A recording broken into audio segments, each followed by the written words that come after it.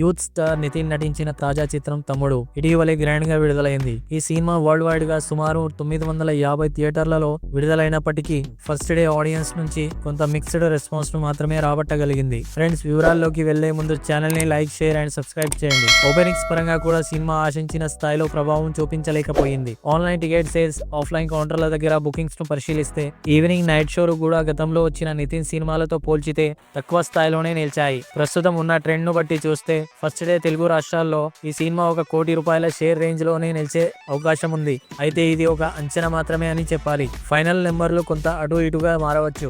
ఇక కర్ణాటక మరియు rest of India మార్కెట్లలో కూడా ఈ చిత్రానికి ఆశించిన స్థాయిలో ఓపెనింగ్స్ లభించలేదు. దీంతో వరల్డ్ వైడ్ గా తమ్ముడు సినిమా ఫస్ట్ డేలో 1.3 నుంచి 1.5 కోట్ల మధ్య షేర్ సాధించే అవకాశం కనిపిస్తుంది. అయితే సినిమా సాధించాల్సిన టార్గెట్లను దృష్టిలో ఉంచుకుంటే ఈ ఓపెనింగ్ సరిపోవు అనే చెప్పాలి. ఫస్ట్ డే అఫీషియల్ కలెక్షన్లు ఎలా ఉంటాయనేదే ఇప్పుడు ఆసక్తికర అంశం. ఫ్రెండ్స్, మీ అభిప్రాయాలు కామెంట్ లో తెలపండి. ఇలాంటివి మరిన్ని వీడియోస్ అండ్ అప్డేట్స్ కోసం ఛానల్ ని సబ్స్క్రైబ్ చేయండి.